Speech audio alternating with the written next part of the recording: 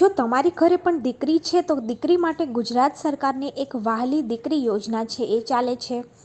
વહાલી દીકરી યોજનામાં દીકરીઓને 3 હપ્તાની અંદર 1,10,000 રૂપિયાની સહાય છે એ મળે છે. આના માટે દીકરીનો જે જન્મ છે એ 2 ઓગસ્ટ 2019ના રોજ કે ત્યારબાદ થયેલો હોવો જોઈએ. આની અંદર આપણે સહાયની વાત કરીએ તો દીકરીને જે પ્રથમ હપ્તો છે ત્યારે દીકરી જ્યારે પ્રથમ ધોરણની અંદર પ્રવેશે ત્યારે 4,000 રૂપિયા છે મળશે.